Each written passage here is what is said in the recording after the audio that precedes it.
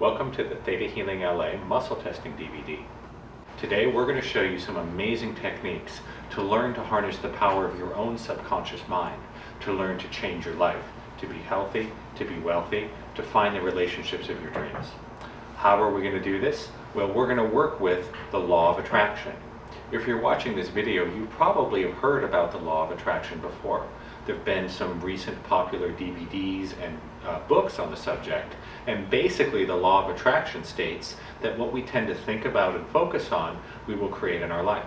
And so if we have positive thoughts and positive focus, we will tend to create positive things in our life. On the other hand, if we have negative thoughts and we focus on negative things, we'll tend to create negative things. And so many of the books and videos and seminars out there about positive thinking and the law of attraction give us a very simple premise that if we're able to change our thinking, we're able to change our lives. However, those of you who have taken some of these seminars and read the books and videos may be saying to yourself, you know what, why didn't this work for me? Why is it that I'm thinking positive and I'm saying my affirmations and mantras and prayers every day and doing all my exercises, but it's not working? I'm still sick. I'm still poor. I'm still alone. Well, the reason is that most coverage of the law of attraction is very simple and oversimplified. The law of attraction really responds to all of our thoughts and feelings, but we need to distinguish between what we call the conscious and the subconscious mind. And so when we change our thinking, our thoughts in our head, we're only addressing the conscious mind. About 90% or more of our power in this world really comes out of what you might call the subconscious mind, the part of us that we're not aware of, that's kind of invisible and off limits. And so if we talk about the law of attraction, if we really want to get the law of attraction to work for us, if you really want to heal, if you really want to become wealthy, if you really want to find fulfilling, loving relationships, you need to not only change what's in your conscious mind, you also need to change what's in your subconscious mind. And so this DVD is going to be all about working with your subconscious mind. We're going to show you the technique of muscle testing, which is the way you ask questions of your own subconscious mind to get simple yes or no answers. And this is a profoundly powerful tool to be able to look inside your own subconscious and ask questions and see what's there. So in this DVD, the first thing we're going to start with is we're going to talk to you a little bit more about the subconscious mind. What exactly is the subconscious mind? Where does it come from? How can we work with it? After we've done that, the next section will be talking about the theory of muscle testing and the theory of how it works in the body. After that, we're going to show you 4 different methods of muscle testing. Some you can use alone, some you can use with a partner, some you can use either way. And they're going to show you how to do both the arm lever test, we're going to show you how to do the standing test, we're going to show you how to do the finger ring test, and how to use a pendulum. After that, we're going to go over troubleshooting the muscle test.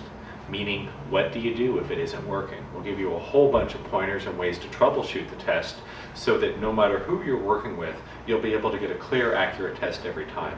And then we're going to finish in the last section with next steps, how you might use this information to start making some real changes in your life. So, without further ado, let's start talking about the subconscious mind.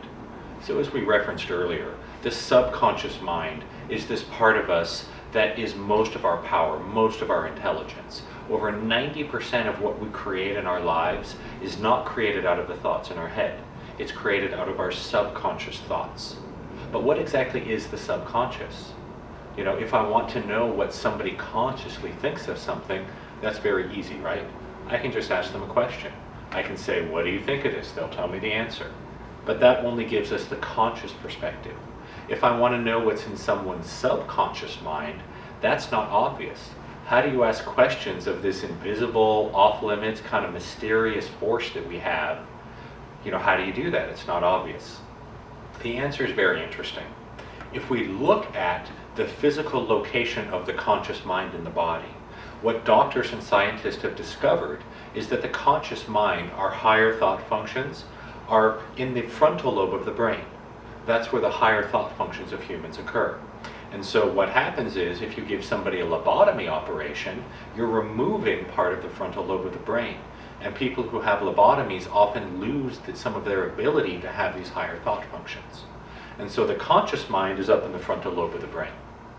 The next question then, which is even more interesting, is where is the subconscious mind? Where is it in the body? Some people might say the heart, some people might say the rest of the brain, but the answer is very interesting. The subconscious mind is in fact your entire body. And so every cell of our bodies constitutes the subconscious mind. You may have heard before the theory that every cell has intelligence, that every cell has memory. This is true. Every cell in our body has its own intelligence and its own memory. This is the subconscious mind. It is the body's intelligence. And so to demonstrate this, we actually have some proof. You may have heard stories of people who get organ transplants, and they will take on memories and personality characteristics of the donor. And this has happened many, many times and is well documented. And so what's happening there is that when you have an organ transplant, you are literally taking part of someone else's body and putting it into your own. And so this cellular intelligence, the body's intelligence, comes with that body part. And so it makes sense that if you have a transplant, you will sometimes be influenced by the donor's personality and memories, because they are literally stored within the physical tissue of the body. And I also believe that the reason why scientists and doctors have had a hard time figuring out exactly how memory works in the brain is because memory does not work only in the brain. Again, our bodies have their own intelligence. The cells have their own knowledge. And so our memories and our personality are not just stored in our brain. They're actually stored through the entire physical body. Pretty cool, huh? And so when we do muscle testing, this is the way that we can ask questions of the body's intelligence. We can actually ask direct questions of our own subconscious mind, and it will give us answers. It's really amazing. You can ask questions of your own subconscious mind. And so the next question might be, well, how do we do this? Well, that's muscle testing. That's what this DVD is all about. We're going to talk to you a lot more about muscle testing and show you how to do it in a few minutes. But first, you may be wondering to yourself, how do things get into my subconscious mind? How do I get these cellular memories? Well, there's actually 4 different answers to that. I am a practitioner of theta healing, a healing technique developed by Vienna Steibel, which allows us to work with our subconscious belief systems. I learned muscle testing in the context of theta healing. And according to Vienna's explanation, the subconscious mind actually picks up memories and influences in 4 different ways. These are what we call the 4 levels of the subconscious mind. The first level is what we call the core level. That's all our experiences from our current lifetime. And so the things that happen to us when we're small children in particular affect the subconscious very powerfully. And so that's what we call the core level, is things that happen in our current lifetime. Beyond the core level, though, we have what's known as the genetic level. And so a lot of what's in our subconscious, what's in the body's cellular intelligence, are things that happen not in our lifetime, but there's things that happen to our ancestors. And so did you know that you carry memories of everything that happened to all of your ancestors back 7 generations in your subconscious? Your body's intelligence has all the genetic memories of your ancestors. And so many of the things that happen in our lives that we attract to us through the law of attraction, we are bringing to us from our subconscious from things that didn't even happen in our lifetime. They happen to our ancestors.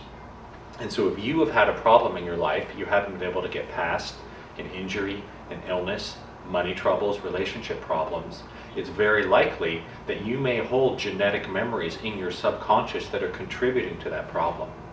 The next way that we pick up things in our subconscious mind is what we call in general past life memories, that somehow, some way, we are picking up in our body's intelligence memories of events and experiences that happened in lifetimes other than our own and our ancestors.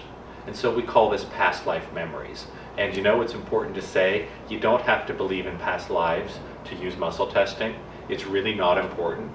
All we need to do is recognize that there's some mechanism in the universe which we don't fully understand, by which our body's cells can pick up memories and experiences from other lifetimes.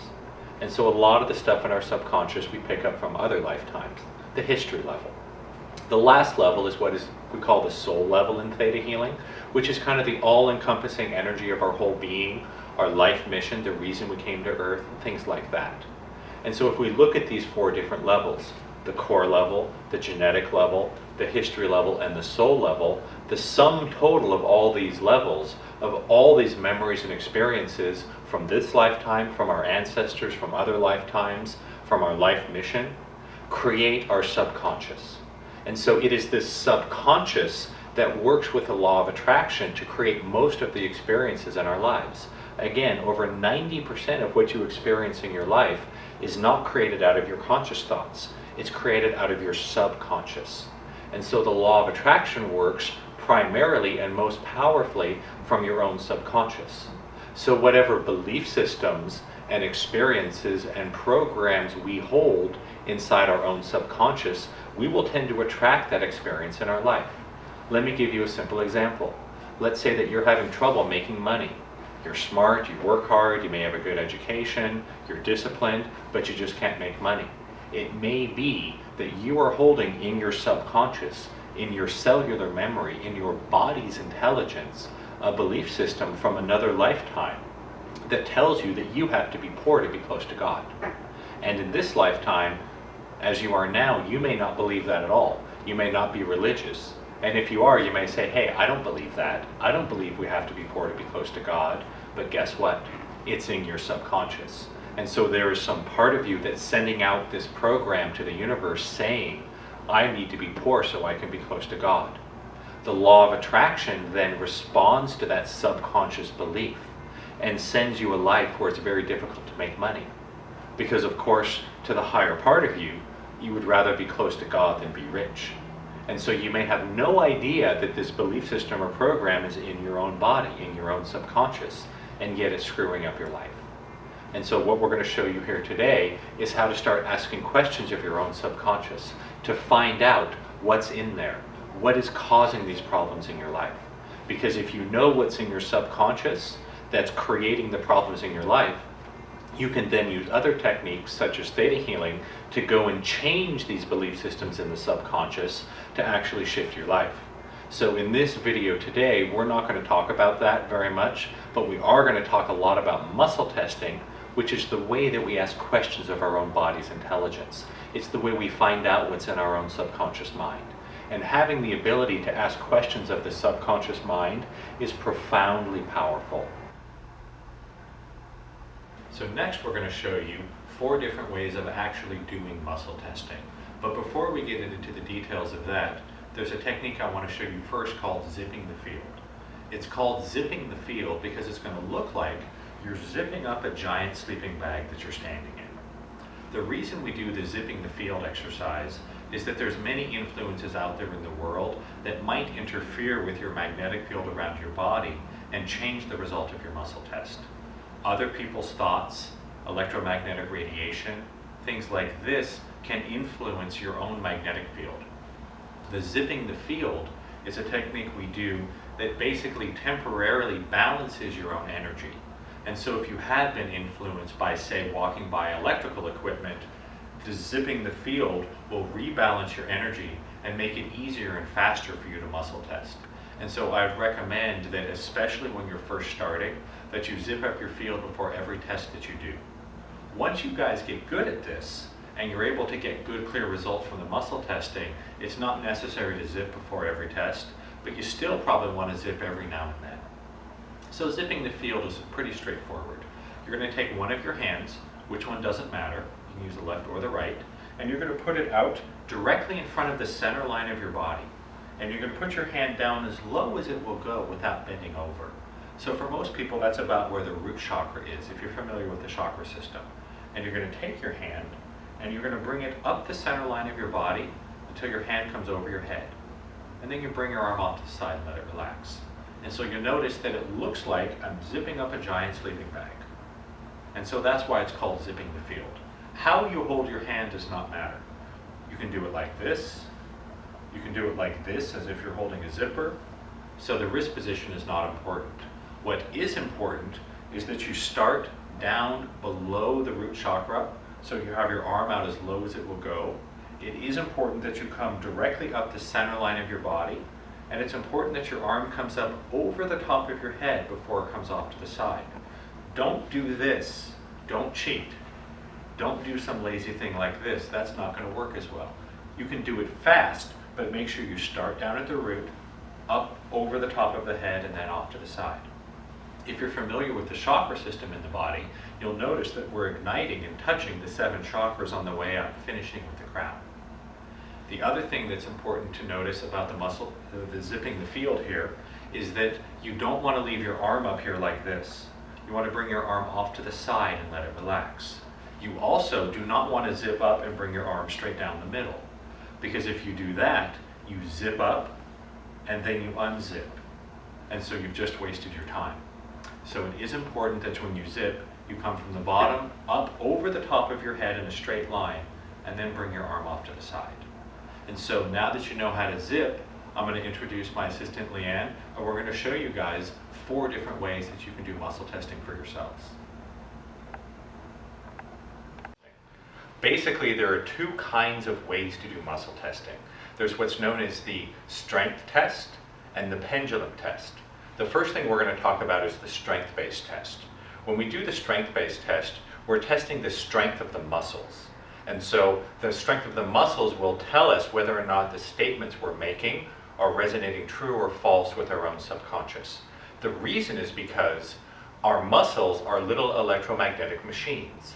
And if you've ever been in a physical therapist office or been through rehabilitation after a surgery, you'll know that a physical therapist office is full of electrical equipment. Why? Because doctors and physical therapists understand that muscles run on electricity. And muscles have this interesting property that when you take a muscle and put it into a strong electrical magnetic field, that muscle actually becomes stronger. It can actually contract more strongly and do more work. On the flip side, if you take that same muscle and put it into a weaker magnetic field, it will actually become weaker and do less work. And so by seeing how strong a muscle is, we can actually determine what the strength of the field is, and therefore determine if what we're saying is true or false to the subconscious. Let me demonstrate now with my assistant to show a concrete example. Leanne, please come and join us here. So we're going to show you guys first what's known as the arm lever test. This is a very common test, probably the most popular kind of muscle test. And when we do the arm lever test, we're basically checking the strength of the muscles in the arm. And this is how it works. When Leanne holds out her arm and she says, "I am a woman," I'm a woman. what's going to happen is that statement that she is a woman is going to resonate true with her subconscious, with her body's intelligence, because her body knows that she's in a woman's body. Therefore, because she made a statement that's true to the subconscious, the field around her body will become stronger. Because the field around her body, the electrical magnetic field, becomes stronger, her muscles become stronger as a result. So if she says, "I am a woman," and holds out her arm, I'm a woman. it's going to be difficult for me to push down her arm because her arm will be strong. Conversely, if she says, "I am a man," I'm a man. that statement resonates false to her subconscious. And so the field around her will become weak, and therefore her muscles will go weak. And so if she says, "I am a man," I'm a man. it's easier for me to push down the arm. Her muscles in her arm actually become weaker. And so you can check your own subconscious or someone else's subconscious by making statements and checking the strength of your muscles. And it's interesting to notice, go ahead and put your arm down for a second, that if you go to the gym, you can do a little experiment.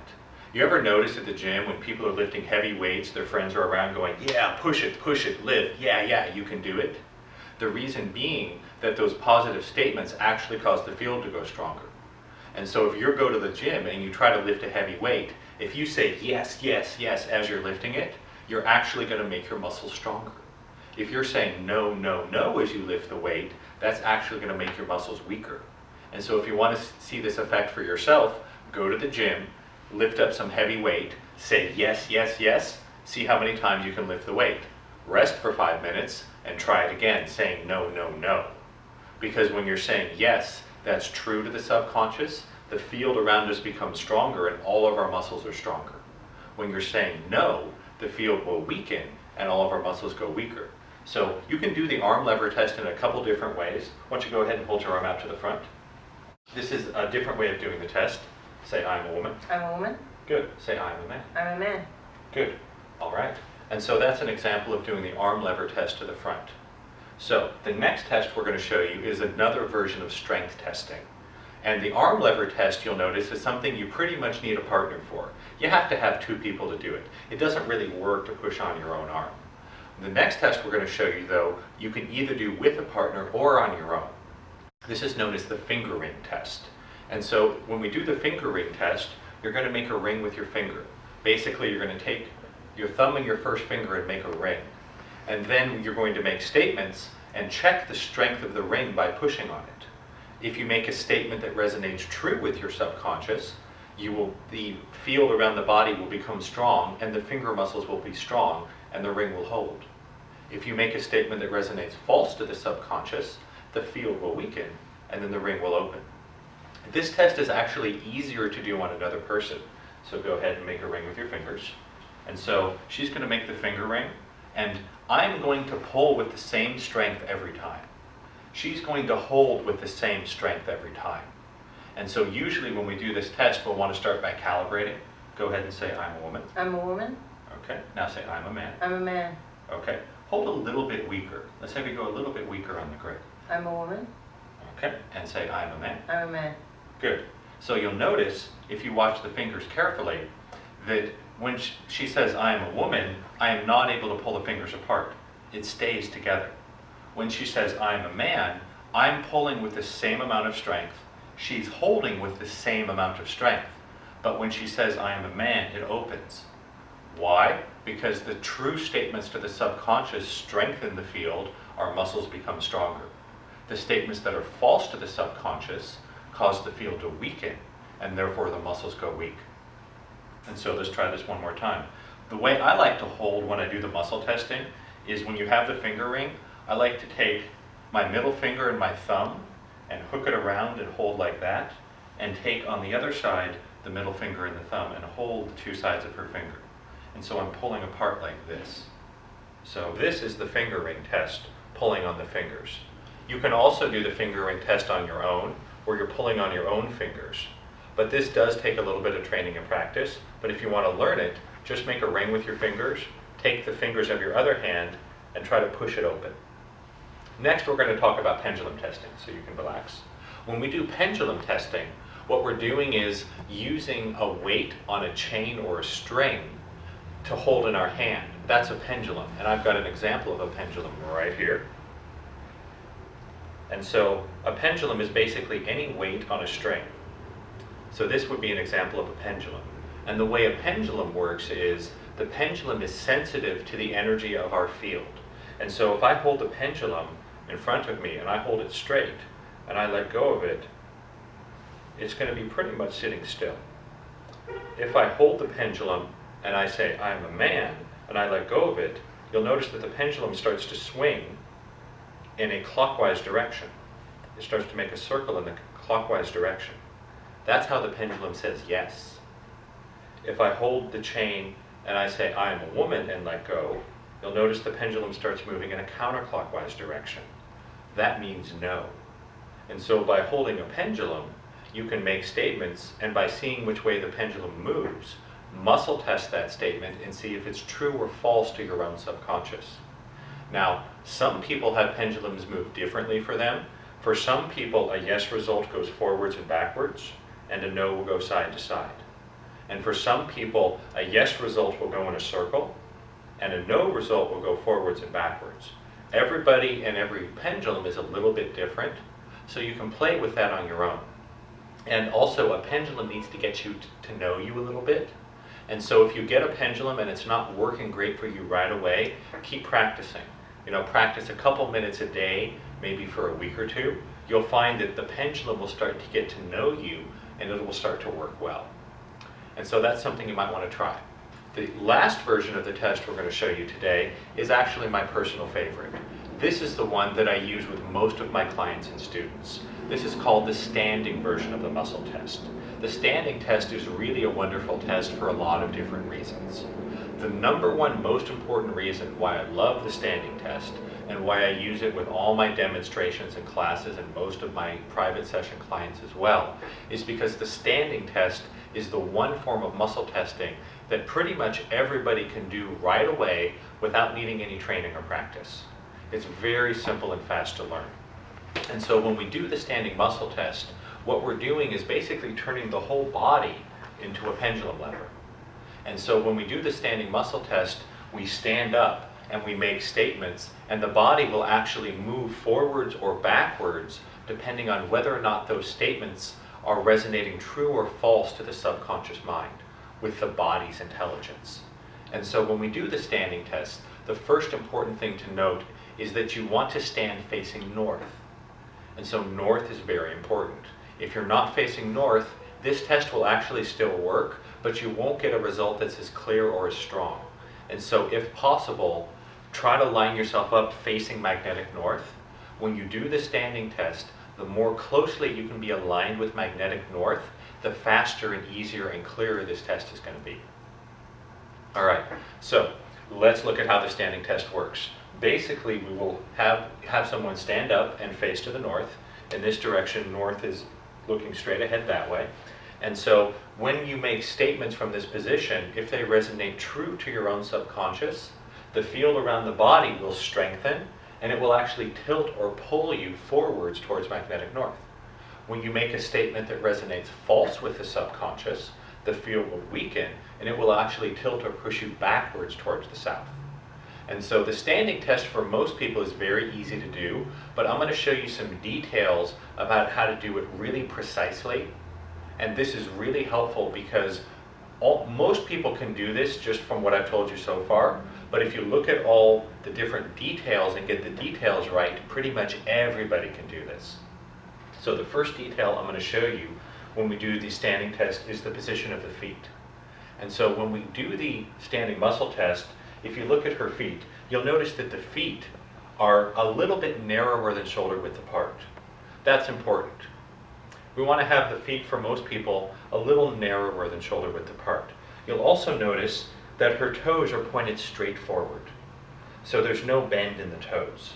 If the toes are open in what you might call a duck toe position, where they're pointing to the outside, that will actually cause your balance point to shift backwards. If your toes are closed, this will cause the balance point to move forward.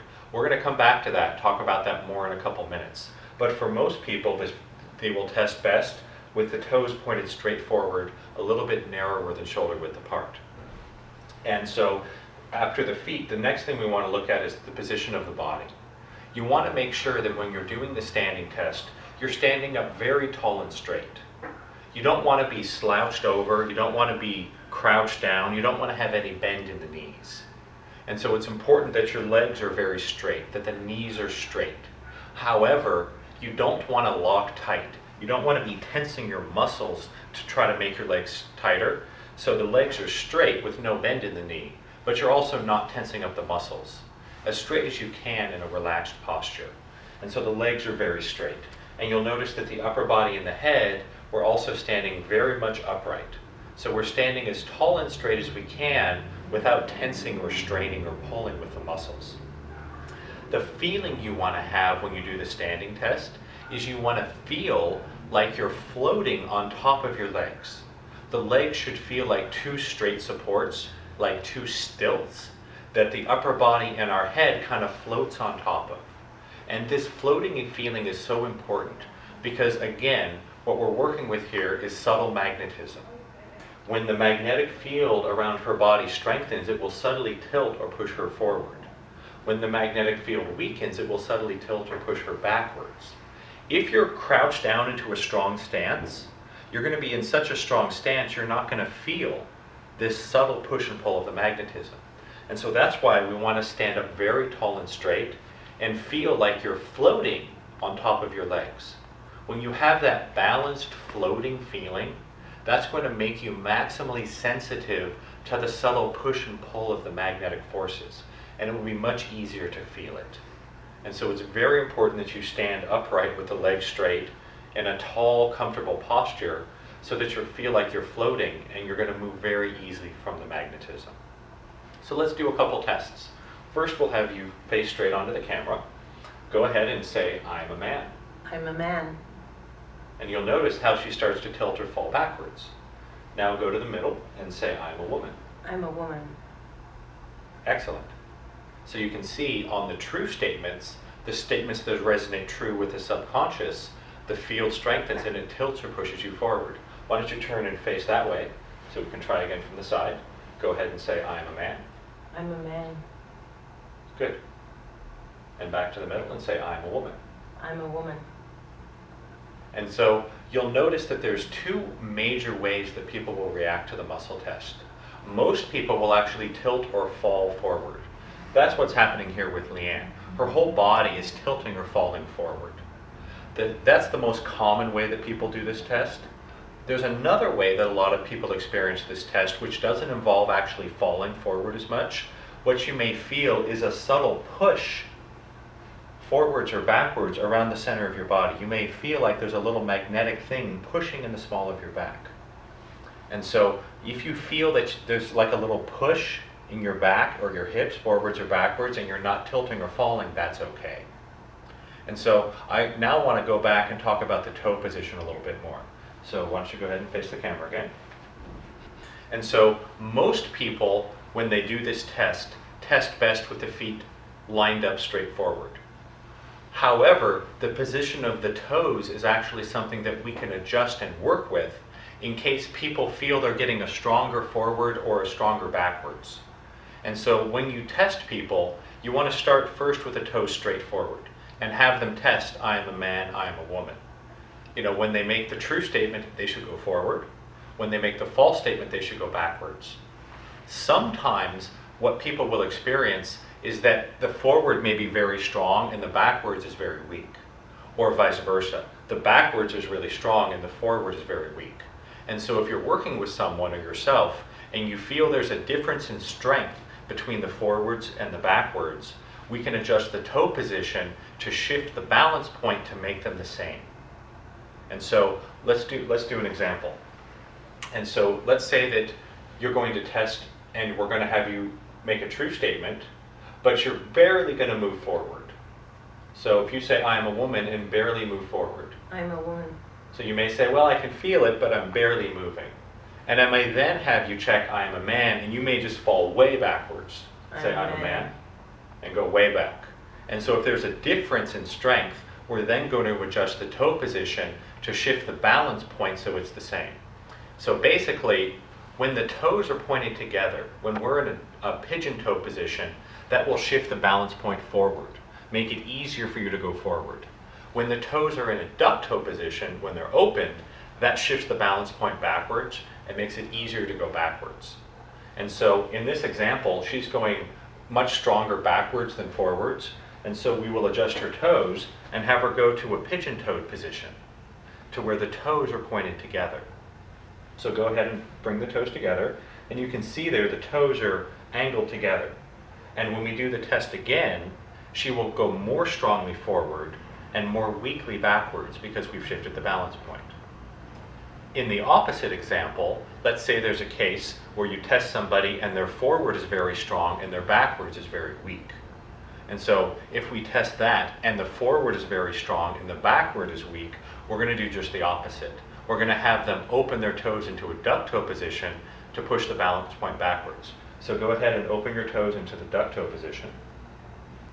And so you can see there, in order to move the balance point backwards, we have the toes open. And so the forward will be weaker and the backwards will be stronger. And so this is a really important refinement to this technique. And by adjusting the toe position, you can find for each person kind of the ideal angle of the toes that makes their forward test and their backwards test about the same strength. And so again, for most people, I'd say in my experience, about 80% of the people I work with are going to test best with the toes straight forward. The rest, the other 20%, some of them will have to pigeon toe and some of them will have to duck toe. And you'll be able to adjust that balance point and find exactly the right test for everybody, every time. All right, so now you've seen 4 different ways of muscle testing. Now I encourage you to go practice them on your own, but now we're going to talk about troubleshooting. What you're going to find is that especially with the standing test, most people are going to get it right away. They won't need anything further.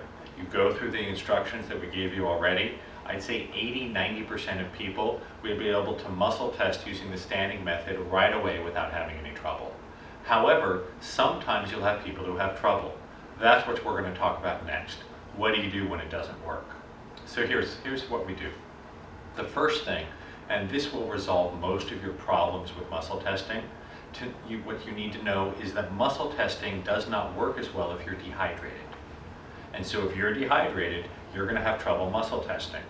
And so if you're having any trouble with this, the first thing you should do is go drink a big glass of water. Get yourself hydrated.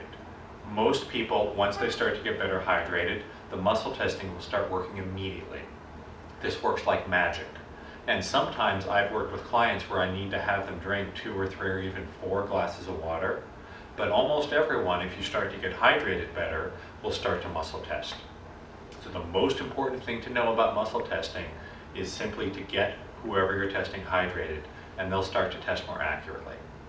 The second thing that is important to know about muscle testing is you might have trouble muscle testing if you're demineralized, meaning there aren't enough minerals in your body. A lot of you watching this video already know that we have a lot of problems with our food supply in the modern world. Almost all of the minerals have been depleted out of the soil, so very few of us are actually getting enough minerals in our diet from the food we eat. And one of the side effects of not having enough minerals in your body is that muscle testing can be difficult. Why is that? Well, muscle testing is an electrical phenomenon. It works based on electricity moving through the body. The way that electricity moves through the body is in minerals suspended in water. Therefore, if you're not well hydrated or you're not well mineralized, you may have trouble muscle testing, because if you don't have enough water or you don't have enough minerals in your body, it's more difficult for the electricity to flow, and so you won't get good results with the muscle testing. So after getting well hydrated, the next thing you might try is taking some minerals. Personally, I like to use ionic form minerals. That's INONIC, because in my personal experience, I have found they absorb better and they work better for me. But you can talk to your own doctor or nutritionist and find the mineral supplement that works right for you. And so the mineral supplement may help you to muscle test more easily and faster. And so get hydrated and drink minerals. So if you're still having trouble muscle testing, I'm going to show you several other troubleshooting techniques. The first is a hydration technique. Basically, if you hold your hands on your kidneys for about 30 seconds, gentle pressure on the kidneys will stimulate hydration through the body. And this can be a very effective technique to help people muscle test more easily, more accurately. So to do this, take your hands and put them on the kidneys, which for most people are about where the lowest rib is, towards the center of the back. And so hold your hands on your kidneys for about 30 seconds, and this gentle pressure on the kidneys will stimulate hydration through the body. If you drink a bunch of water, and if you're still not testing, try this next. Try putting the hands on the kidneys for about 30 seconds, and then zip up your field and try again. You'll be surprised how often this works, and people are able to start muscle testing after doing this for about 30 seconds. However, I will caution you that this technique does not actually hydrate the body. It just helps the body to recognize hydration for a short time. And so if you put your hands on your kidneys and you're able to muscle test for the next 15, 20, 30 minutes, and then it stops working, you may have to do this again.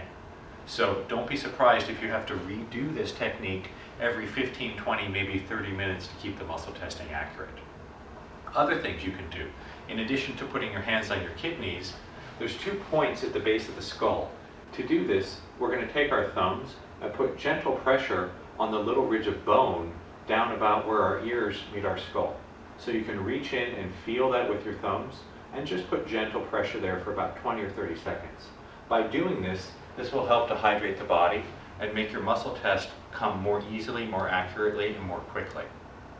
And so there are 4 good techniques already for troubleshooting: drinking water, taking minerals, putting pressure on the kidneys, and putting pressure behind the ears. If you're still not working, there's a couple other things you can try. The first thing you want to look for is you want to make sure that the person who's doing the muscle testing is not crossing their body. And so if you have your legs crossed or have your arms crossed in front of you, that can actually interfere with the muscle test, and you may not get a good result. So make sure that the person is not crossed. Additionally, if you're doing the fingering test, you don't want to sit immediately in front of someone. You want to move off to the side just a little bit.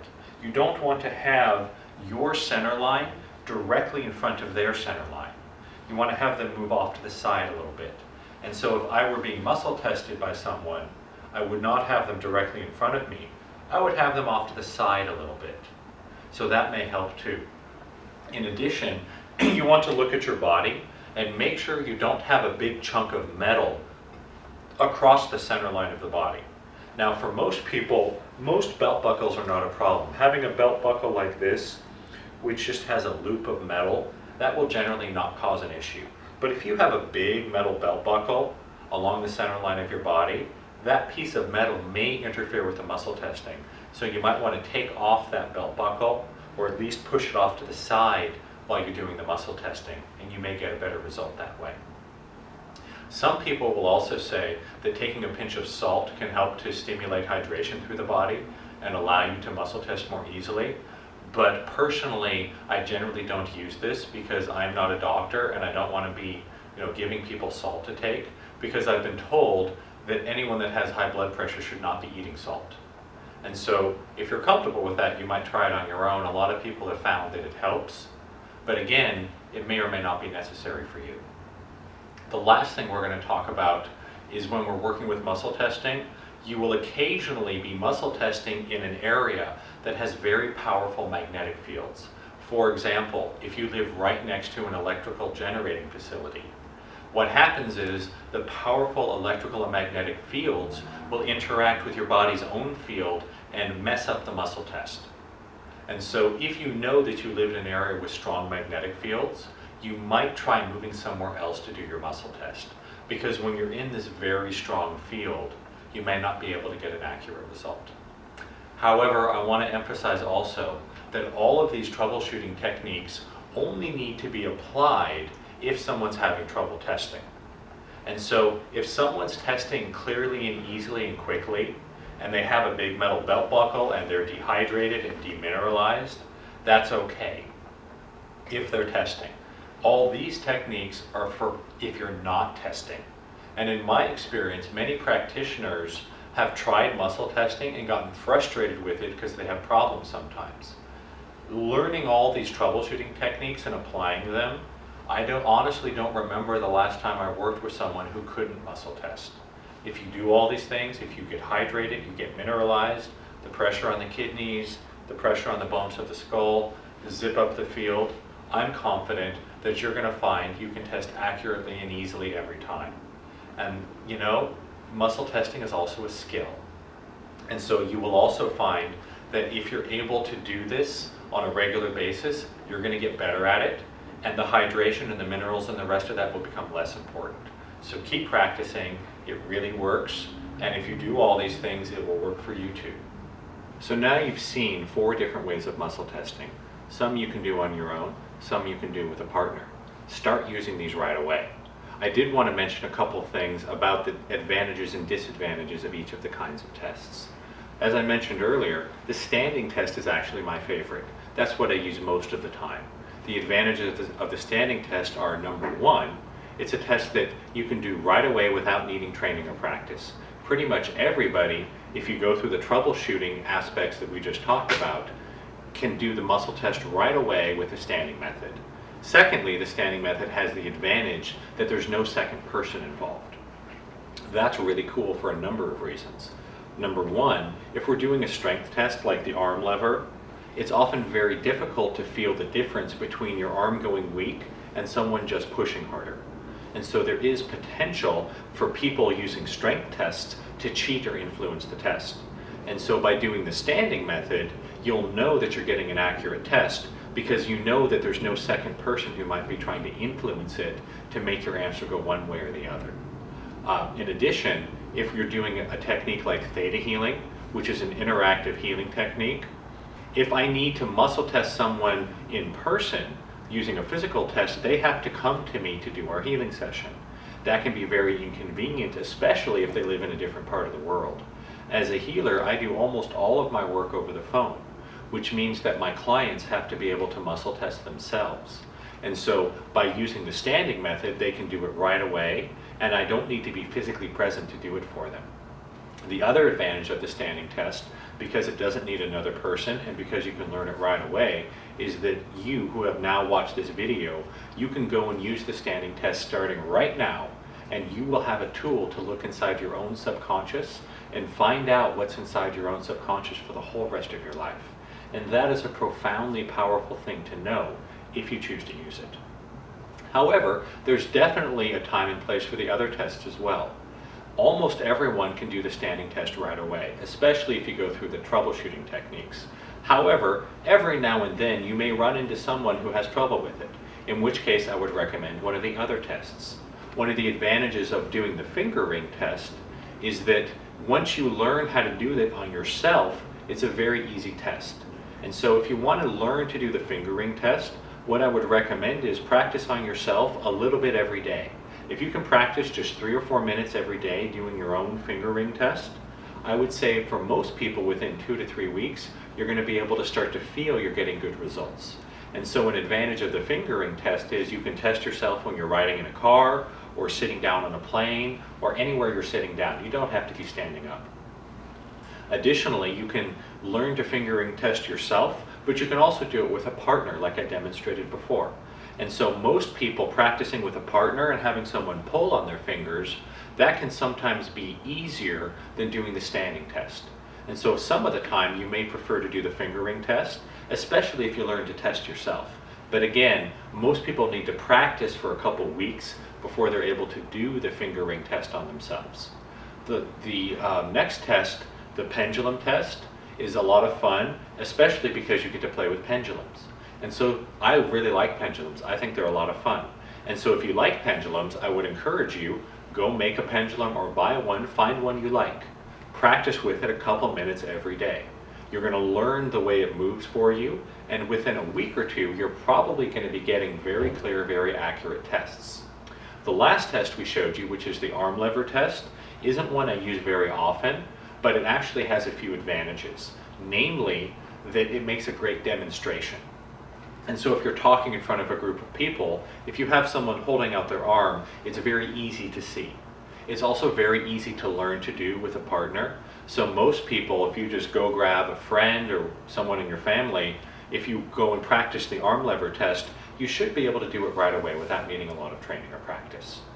So you have 4 techniques, they're all useful, they're all valuable. And just be aware that some people have a stronger affinity for one technique than another. So you may find that the standing test is really easy for you and works great, but you may have trouble with pendulums. Or you may be just the opposite. Or maybe you'll find that you really like the finger ring test. Try them all, play with them, make them your own, and you'll find the test that works best for you. So at this point, you're probably wondering, okay, now that I know how to muscle test, it's really awesome that I can ask questions of my own subconscious to find out what's inside of me, what's been creating and attracting all these experiences in my life that I want to change. What then? Well, obviously the technique of muscle testing alone is not enough to make dramatic shifts in your life. But muscle testing combined with other practices can be really, really powerful. The technique that I use, theta healing, developed by Vienna Steibel, is an incredibly powerful system that is designed to go into the subconscious mind and to reprogram the subconscious, to release old traumas and negative belief systems, and to bring in new higher understandings, better perspectives, positive programming into the subconscious. So that, for example, if you muscle test true to the program, I have to be poor to be close to God, when you muscle test that, you will know that you have something inside your subconscious that's making it hard for you to make money. But without another technique, you're not going to be able to change that immediately. With the technique of theta healing, we could go in and very quickly make the shifts in the subconscious. By shifting to a theta brainwave and accessing the subconscious mind, we can reprogram it. And you would then recheck the muscle test, I have to be poor to be close to God, and it would be the opposite, it would say no. And so that's the technique I'm familiar with. It's the most powerful, the easiest, and the most effective way to change the subconscious is theta healing. But of course it's not the only way. Our own life experiences will also change our subconscious. Saying affirmations and mantras will also change our subconscious. One technique I've seen people use is that anytime they have a negative thought, they snap themselves on their wrist with a rubber band. to create an association of pain with a negative thought. That could also work to change the subconscious. Personally, I wouldn't do it because there's no need for me to snap myself with a rubber band when there's better things like theta healing, but that will work. And so using muscle testing, you can peer inside your own subconscious and find out exactly what's in there and learn to discover why things happen in your life. But you're going to need to go beyond that to actually make those changes. And so I would encourage you, go with wherever you feel guided, find the technique that works for you. Personally, I think theta healing is the most amazing thing I've ever discovered, and I've devoted myself to the practice of it. And so if you're curious to learn more, I would encourage you to visit my website, which is www.thetahealingla.com, thetahealingla.com, and learn a little bit about it. You might try some private sessions, you might take the training seminar to learn to do it. It will absolutely change your life. But however you do it, whatever your preference is, I really encourage you, learn to use muscle testing, practice this. Muscle testing is a skill. The more you practice this, the better you will get at it. It will get very easy and very fast. And if you get into the habit of using it, you can start to identify exactly what inside of you is causing the problems in your life. And that's the first step to changing them and truly living the lives of your dreams. Thank you for joining me today. Go forward, use this, transform your life. Thank you.